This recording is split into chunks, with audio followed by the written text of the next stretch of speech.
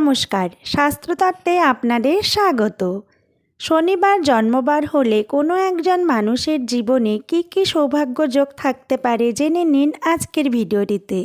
জ্যোতিষশাস্ত্রে উল্লেখিত সূর্যপুত্র শনিদেব এই বারের অধিপতি। গ্রহরাজ শনির প্রকৃতি ধীরগতি, তাই শনিবারে জন্ম ব্যক্তিদের 30 বছরের পর জীবনে সবচেয়ে বেশি উন্নতি ঘটে থাকে।